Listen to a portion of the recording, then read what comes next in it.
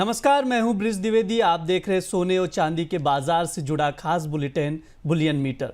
सबसे पहले सभी दर्शकों को द बोनस की तरफ से अक्षय तृतीया की शुभकामनाएं। अक्षय तृतीया पर सोना खरीदना बहुत ही शुभ माना जाता है। ऐसी मान्यता है कि अक्षय तृतीया पर सोना खरीदने से सफलता और सौभाग्य प्राप्त होता है। आज के शो में हम बात करेंगे वर्ल्ड गोल्ड काउंसिल यानी WGC की ताज़ा रिपोर्ट के मुताबिक मार्च तिमाही में ज्वेलरी की डिमांड में गिरावट देखने को मिली है, जबकि इसी अवधि में सोने की निवेश मांग में भारी उछाल दर्ज किया गया है। हालांकि पिछली तिमाही की तुलना में इस तिमाही में दुनिया भर के केंद्रीय बैंकों की ओर से चल रही खरीदारी में भी गिरावट रही है। ऐसे में सोने और चांदी का क्या आउटलुक रहेगा और इसके ट्रेडिंग के लिए क्या स्ट्रैटेजी अपनानी चाहिए, इस पर बात करने के लिए हमारे साथ जुड़ रहे हैं मोतीलाल ओसवाल फाइनेंशियल सर्विसेज के एनालिस्ट मानो मोदी। मानो जी, बहुत बहुत स्वागत है आपका द बोनस में। बहुत बहुत शुक्रिया ब्रिज जी। सबसे पहले आपको भी अक्षय तृतीया की हार्दिक शुभकामनाएं। जी बिल्कुल, आपको भी बिल्कुल। जी जी। WGC की एक रिपोर्ट आई है जिसके मुताबिक मार्च तिमाही में ज्वेलरी के लिए गोल्ड की वैश्विक मांग में गिरावट देखने को मिली है। भारत में भी ज्वेलरी के लिए गोल्ड की मांग घटकर लगभग 71 टन रही। हालांकि इस दौरान चीन में मांग जो बढ़ी है 133 टन दर्ज की गई है। आप इस आंकड़े को कैसे देख रहे हैं और क्या ज्वेलरी के लिए गोल्ड की वैश्विक मांग में और गिरावट देखने को मिल सकती है? जी बिल्कुल, मेरे ख्याल से बहुत ही ये नंबर जो है सटीक हमें यही बताते हैं कि जो बाकी सारे डिमांड के मद्देनजर तो ज्वेलरी की डिमांड बहुत ज्यादा इम्पोर्टेंट है हमारे लिए, क्योंकि जिस हिसाब से जिस पेज से गिरी, और इसका एक बड़ा फैक्टर यही है कि क्योंकि इतनी ज्यादा प्राइसेस में उछाल हमने आती हुई देखी है पिछले 3 महीने में, जो एक क्वार्टर है 2025 से, तीनों ही महीनों में हमने ऑल टाइम हाई मार्क होते हैं देखा है। तो बिल्कुल हम ये प्राइस में ज्वेलरी में और बाकी सारे डिमांड में आता हुआ देखेंगे। अगर टोटल डिमांड की बात करें तो शायद सेंट्रल बैंक की, इंस्टीट्यूशनल की, कॉइन एंड बार की, ये सारे डिमांड ने कहीं ना कहीं कंपनसेट जरूर किया है टोटल डिमांड को। लेकिन ज्वेलरी की ऐसी है, मेरे ख्याल से जब तक वो भाव नीचे नहीं आते हैं तब तक ये ज्वेलरी डिमांड में फिर से उछाल आना थोड़ा मुश्किल है। और यही रिपोर्ट में भी शायद कहीं ना कहीं दर्शाया गया है। अगर आप डिस्काउंट भी देखेंगे तो ये हायर प्राइसेस में शायद डिस्काउंट भी बहुत ज्यादा हो गया, ऑलमोस्ट $60 तक डिस्काउंट हमने जाते हुए देखा। तो मेरे ख्याल से प्राइस को थोड़ा ईज ऑफ होने की जरूरत है ज्वेलरी डिमांड बढ़ने के लिए। जी मानो जी, जो WGC रिपोर्ट है इसमें एक और बात कही गई है कि पहली तिमाही में गोल्ड की वैश्विक निवेश मांग में भारी उछाल दर्ज किया गया है। ऐसे में निवेश मांग में क्यों बढ़ोतरी दर्ज की गई, इसका रीजन क्या है सर? जी मेरे ख्याल से एक जो आप अगर central bank buying demand, coin and bar और इंस्टीट्यूशनल HNI की जो बाइंग है, ये तीनों की अगर बाइंग की नंबर्स देखेंगे, तीनों के नंबर पॉजिटिव है। मतलब सेंट्रल बैंक बाइंग, जो वैश्विक जो सेंट्रल बैंक्स है, उन्होंने उनका जो पेस है बिल्कुल कम हुआ है। थोड़ी जो बाइंग की जो ये खरीद है वो थोड़ी कम हुई है। लेकिन 5 साल का एवरेज जो 196 बताया गया है, उस 5 साल के एवरेज से ऊपर ही उनकी बाइंग है। ऑलमोस्ट 220 टन के ऊपर की बाइंग की गई है। सिमिलरली इंस्टीट्यूशनल और कॉइन एंड बार डिमांड दोनों ही काफी अच्छी है, काफी तेजी है Q1 के 2025 में। इसलिए टोटल डिमांड में वो कहीं ना कहीं रिफ्लेक्ट होता हुआ नजर आ रहा है कि अभी भी वो डिमांड जो वो है। जी बिल्कुल, आपने सही कहा कि दुनिया भर में केंद्रीय बैंकों की सोने की खरीदारी में गिरावट आई है। करीब 21% की गिरावट देखने को मिली है।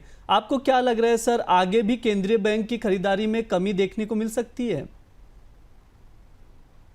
जी मेरे ख्याल से शायद, अगर मेरे ख्याल से जैसे रिटेलर्स हैं वैसे ही सेंट्रल बैंक्स में भी एक प्राइस ईज ऑफ का वेट हुआ जा रहा है। हम चाइना को हमेशा से एक बार्गेन हंटर की तरह देखते हैं कि इंडस्ट्रियल मेटल्स में भी वो वेट करते हैं कि जितना नीचे मिलेगा वो चाइना उतने ही नीचे भाव में देखता है। तो सिमिलरली सोने में भी यही मेरे ख्याल से हो रहा है कि जैसे ही नीचे आएंगे थोड़े बहुत भाव, वहां से हमें शायद खरीद वापिस से देखने मिले। लेकिन मुझे लग रहा है कि ये साल भी जैसे WGC यूजीसी की रिपोर्ट भी कहती है ये साल भी शायद नेट बायर ही रहे ओवरऑल सेंट्रल बैंक, लेकिन पेस शायद कम हो सकती है सेंट्रल बैंक से जब तक हमें कोई क्लैरिटी नहीं मिलती है, क्योंकि अनसर्टेनिटी अभी भी है मार्केट में, पैनिक अभी भी है।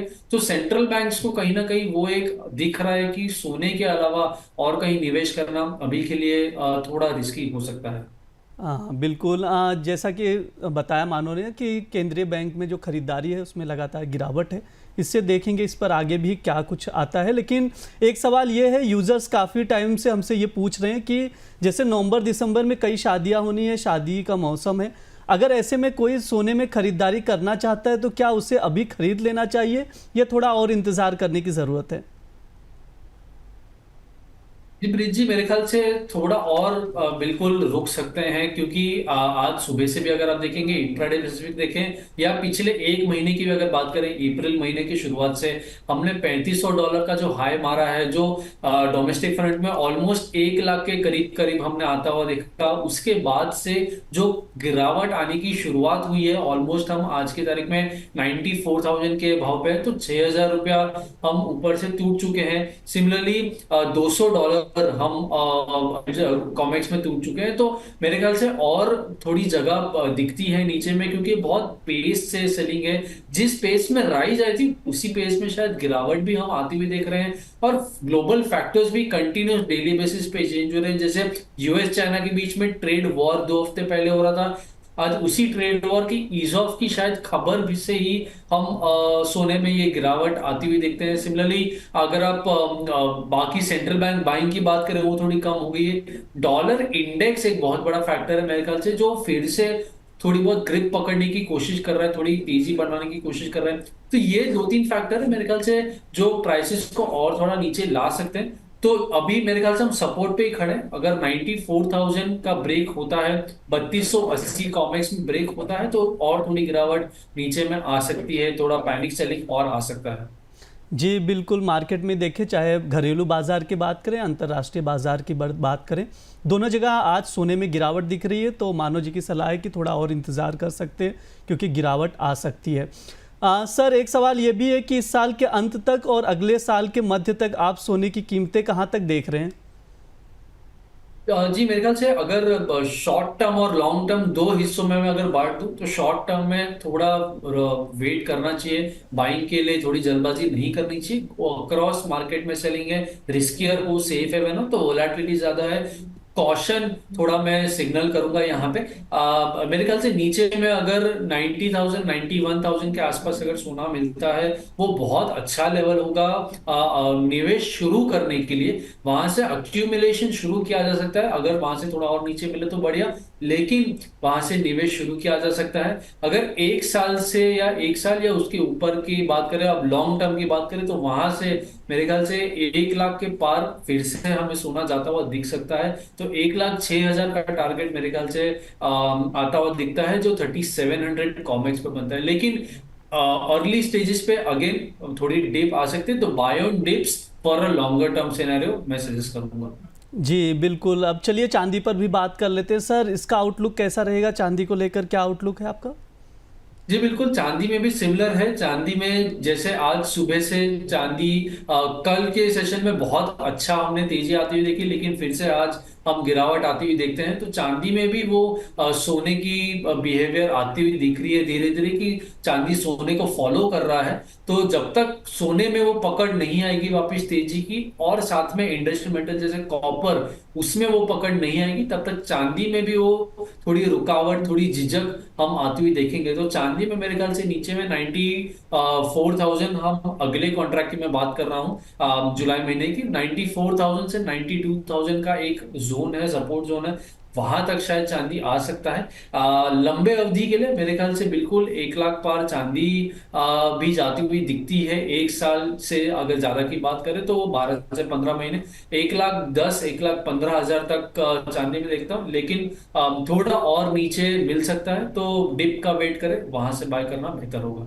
मानो जी अक्षय तृतीया का शुभ अवसर भी है, तो ऐसे में क्या लग रहा है कि जो अगर कोई इन्वेस्टर है तो उसे सोना खरीदना चाहिए या चांदी? जी मेरे ख्याल से सोना, जैसे आपने भी शुरुआत में कहा, सोना खरीदना का बहुत शुभ होता है ऐसे अवसर में। तो शुभ मुहूर्त के हिसाब से बिल्कुल अगर ले ले तो कोई दिक्कत नहीं है, लेकिन अगर निवेश करने के हिसाब से ले रहे हैं, इन्वेस्टमेंट करने के हिसाब से ले रहे हैं, तो बिल्कुल जैसे मैं कॉशन दे रहा हूँ, थोड़ा अगर रुक जाए, नीचे के भाव मिले तो उससे शुभ और कुछ नहीं होगा मेरे ख्याल से। सर आखिरी सवाल है हमारा, क्या सोने और चांदी को लेकर कोई ट्रेडिंग कॉल्स हैं आपके? जी मेरे ख्याल से आज के दिन पे, अगर प्योरली आज और कल के दिन पे मैं बात करूं तो दोनों ही मेटल्स में थोड़ी और गिरावट मैं एक्सपेक्ट कर रहा हूं। तो सोने में अगर बात कर रहे हैं तो थोड़ा अगर ऊपर आता है 94,700 के आसपास, तो वहां से बेच सकते हैं 94,000 के टारगेट से। 95,200 का स्टॉप लॉस रहेगा। जैसे मैंने पहले भी कहा, अगर ये जो टारगेट दिया है उसके नीचे सस्टेन होता है, क्लोज होता है, तो थोड़ी और गिरावट हम आती हुई देख सकते हैं। सिमिलरली चांदी की अगर बात करें, चांदी में 95,800 के आसपास अगर मिलता है तो वहां से सेल कर सकते हैं। माफ कीजिएगा, 96,300 का स्टॉप लॉस रहेगा। 95,000 का टारगेट हम एक्सपेक्ट कर सकते हैं। जी बिल्कुल, हम कॉल्स वापस से अपने दर्शकों के लिए दोहरा देते हैं। सिल्वर जो है, चांदी बेचकर चलना है। जुलाई कॉन्ट्रैक्ट 95,800 पर बेचना है। स्टॉप लॉस लगाना है 96,300 का और टारगेट होगा 95,000।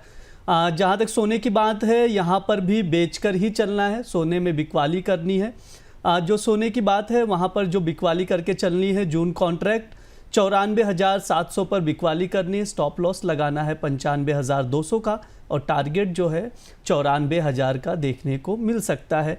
ये कॉल्स हैं, ध्यान रहे जब भी आप ट्रेडिंग करें तो स्टॉप लॉस लगाना ना भूलें, क्योंकि बेहद ही ज़रूरी है ताकि ज़्यादा नुकसान ना हो, इसलिए स्टॉप लॉस ज़रूर लगाएं।